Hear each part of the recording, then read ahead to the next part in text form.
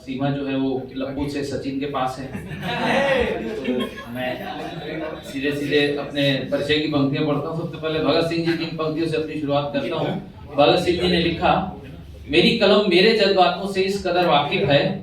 भगत सिंह जी लिखते हैं, मेरी कलम मेरे जज्बातों से इस कदर वाकिफ है कि मैं इश्क भी लिखूं तो इनकलाब हो जाता है। मैं इश्क भी लिखूं तो इनकलाब हो जाता है। अपने परिचय की पंक्तियां पढ़ रहा हूँ, सुनना। कि नेताओं को देख पंक्तियां बदल लूं, मैं ऐसा कलमकार नहीं।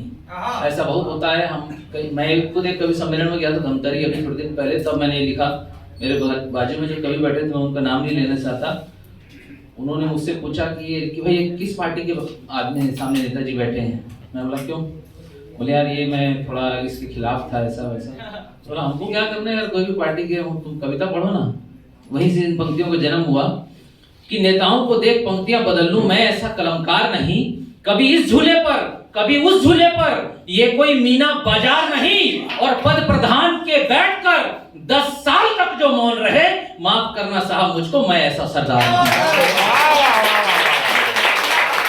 मैं कहता हूं कि देश की खातिर जो बोले सो निहाल। मैं कहता हूं देश की खातिर जो चढ़े फांसी पर, करके उनको याद लिखूंगा। 7,32,000 से ज्यादा क्रांतिकारी शहीद हो गए देश को आजाद कराने के लिए। कि देश की खातिर जो चढ़े फांसी पर, करके उनको याद लिखूंगा। भगत लिखूंगा, सुभाष लिखूंगा, चंद्रशेखर आजाद लिखूंगा, भारत माँ के दाग लिखूंगा, बहनों के उजड़े सुहाग लिखूंगा, हर पंक्ति में आग लिखूंगा, जलियांवाला बाग लिखूंगा। और देश की खातिर मर जाऊंगा, लड़ जाऊंगा हर खतरे से, पर भारत जिंदाबाद लिखूंगा लहू के अंतिम कतरे से। भारत जिंदाबाद लिखूंगा लहू के अंतिम कतरे से। भारत माता की।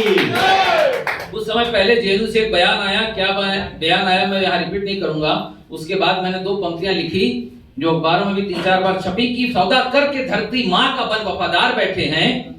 जेएनयू का बयान, उसके बाद की 2 पंक्तियां कि सौदा करके धरती माँ का बन वफादार बैठे हैं। वतन के टुकड़े करने को कई तैयार बैठे हैं, और सरहदों पे तो निपट लेंगे सीना तान के सैनिक, पर देश के भीतर भी कई गद्दार बैठे हैं। देश के भीतर भी कई गद्दार बैठे हैं। मैं कई बार सोचता हूं कि 7 लाख से ज्यादा क्रांतिकारी शहीद हो गए, अगर वो ना होते तो क्या होता? वो शहीद अगर नहीं होते तो। भगत सिंह पे एक लाइन मैंने लिख रहा था कि सारे अधूरे कामों को करना जरूरी था। भगत सिंह कह रहे हैं जब कि सारे अधूरे कामों को करना जरूरी था, खुली हवा में तुम रह सको लड़ना जरूरी था, और फांसी से बचने के तो हजारों थे रास्ते, आजाद हो मुल्क मेरा मरना जरूरी था। क्या बात। और अगर 7 लाख क्रांतिकारी शहीद ना होते, मैं यहाँ बैठा था अभी तो मेरे ध्यान में आया, तब क्या होता? कि पूरे विश्व में एक छोटा सा ही नाम होते हम, और ये भी हो सकता था कि गुमनाम होते हम। पूरे विश्व में एक छोटा सा ही नाम होते हम, और ये भी हो सकता था कि गुमनाम होते हम। गर 7 लाख सीना ठोक शहीद न होते, ये ताम झाम कुछ नहीं गुलाम होते हम। हाँ जी, गुलाम होते हम।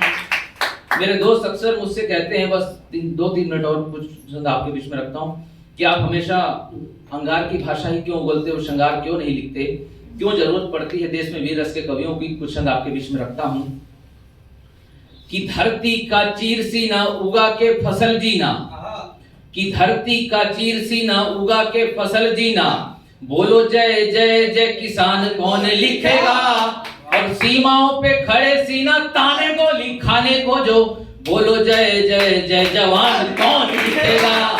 और झूम रहा लहरा के हवाओं में इतरा के, बोलो इस तिरंगे की शान कौन लिखेगा। और लाखों नारियों के सिंदूर दूर हो गए, लाखों माओ का ममता दान कौन लिखेगा। वो झांसी की थी शान, युद्ध किया घमासान, वो रानी मर्दानी का बलिदान कौन लिखेगा। और लिखने वालों ने तो लिख दिया अकबर को, बोलो महाराणा को महान कौन लिखेगा। अब खुली हवा है आसपास तुम जो ले रहे हो सांस। मैंने जैसे बताया 7 लाख से ज्यादा क्रांतिकारी शहीद हुए हैं। तब सुनना कि खुली हवा है आसपास तुम जो ले रहे हो सांस, बोलो कितनों की गई थी जान कौन लिखेगा, और सब ही लिखने लगे महबूबा पे तो विश्व के हृदय में हिंदुस्तान कौन लिखेगा, विश्व के हृदय में हिंदुस्तान कौन लिखेगा। और सुनना कि झांसी के महल में संकट विनाश के घनघोर छोर वाले बादल जो छाए थे, और रानी लक्ष्मीबाई ने आभूषणों को त्याग दिया, राज्य को बचाने हेतु शस्त्र उठाए थे। और देश की स्थिति देख, अपनों की क्षति देख, 3 उस बालक में बड़ा आक्रोश था, और उम्र नहीं देखी और चढ़ गया फांसी पर वीर बलिदानी वो खुदी राम बोस था। और आजादी को लाने हेतु सोई हुई जवानी को जगाने हेतु रंग दे बसंती चोला गान यह गाया था, और देश से बड़ा तो कोई धर्म नहीं होता यहाँ, चढ़ के फांसी भगत सिंह ने बताया था। दोस्तों एक बात मैं आप लोगों से करना चाहता हूँ कि ये बात मैं मानता हूँ कि आजादी की लड़ाई में गांधी जी का योगदान था, और ये भी बात मानता हूँ बहुत बड़ा योगदान था, पर मैं ये बात बिल्कुल नहीं मानता कि केवल उन्हीं का योगदान था। 7 लाख से ज्यादा क्रांतिकारी शहीद हो गए, तब हम खुली हवा में सांस ले पा रहे हैं। एक शब्द आपके बीच में और रख रहा हूं कि नेताजी, और जो लोग ये बात मानते हैं उन लोगों के बीच में एक मेरा प्रश्न है कि नेताजी सुभाष भगत चंद्रशेखर आजाद के, नेताजी सुभाष भगत चंद्रशेखर आजाद के देश में करोड़ों युवा मुरीद कैसे हो गए, और आजादी आई चरखा चलाने से तो 7 लाख सेनानी शहीद कैसे हो गए। अंतिम एक गीत पढ़ रहा हूं और अपना स्थान लेता हूं। बस गीत का एक ही बंद है छोटा, अभी मैंने लिखा 2-4 दिन पहले ही, कि एक माँ का फौजी बेटा शहीद हो जाता है और घर पर आता है, तो घर पर लाश पड़ी है, तिरंगा ओढ़े, लाश के सामने माँ बैठी है, और वो क्या बात कर रही है, क्या सोच रही है, उसका दर्द लिखने की कोशिश की है उस माँ का। सुनिएगा। उसके पहले कि कुछ मसले सुलझने बाकी हैं देश के, कुछ मसले सुलझने बाकी हैं देश के, कुछ मसले सुलझ गए। यहाँ हॉल में अभी जहां मेरे कार्यक्रम होते हैं, लगभग कई बार रायपुर से बाहर भी, वो बैठे हैं दागा जी, मेरे मित्र हैं, और ये फौजी हैं रिटायर, कारगिल का युद्ध लड़ा इन्होंने। एक बार इसके लिए जोरदार तालियां बजाइए।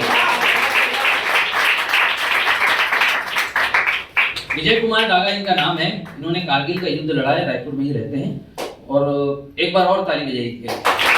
आप साक्षात कारगिल योद्धा से मिल रहे हैं, एक बार कारगिल योद्धा के लिए जोरदार ताली। मेरे बहुत जिगरी दोस्त हैं, मेरे बहुत अच्छे मित्र हैं। सुनिए, कुछ मसले सुलझने बाकी हैं, कुछ मसले सुलझ गए, आज लगाकर 4 नारे देशभक्ति के हम फिर से अपने अपने कामों में उलझ गए। मगर कभी सोचा है आपने उन माँ बाप के बारे जिनके घरों के इकलौते चिराग देश के लिए बुझ गए, जिनके घरों के इकलौते चिराग देश के लिए बुझ गए। बस एक छोटा सा गीत और अपने स्थान ले रहा हूँ। माँ का फौजी बेटा शहीद हो गया, लाश के सामने बैठी है, क्या सोच रही है, क्या पूरी आपके सामने रखा हूँ। कल सेना में भर्ती था बेटा मेरा, कल सेना में भर्ती था बेटा मेरा, अब अर्थी पे लेटा है बेटा मेरा। कल सेना में भर्ती था बेटा मेरा, अब अर्थी पे लेटा है बेटा मेरा, बेटा मेरा। सरकार पैसा देती है, लाखों रुपए मिलता है, करोड़ों रुपए मिलता है, पर एक माँ बोलती है मैं क्या करूं, पैसा मेरा जिगर का टुकड़ा चले गया, करोड़ों रुपए में क्या करूंगी। तब वो क्या कह रही है, अपने बेटे से पूछ रही है, क्या कहूं सरकार से मैं भला, अब बोलो तुम, वो देखती है दुनिया भी, बेटे मुंह तो खोलो तुम, एक बार उठ कर के कह दे तू हाँ, एक बार उठ कर के कह दे तू हाँ, मेरे कान तरसते हैं सुनने को माँ, एक बार उठ कर के कह दे तू हाँ, मेरे कान तरसते हैं सुनने को माँ। क्या दिखता नहीं है मेरा हाल अब, क्या दिखता नहीं है मेरा हाल अब, कोई ला के दे दे मेरा लाल अब, मेरा लाल अब। कल सेना में भर्ती था बेटा मेरा, अब अर्थी पे लेटा है बेटा मेरा, बेटा मेरा। भारत माता की जय हिंद, जय भारत, जय भारत।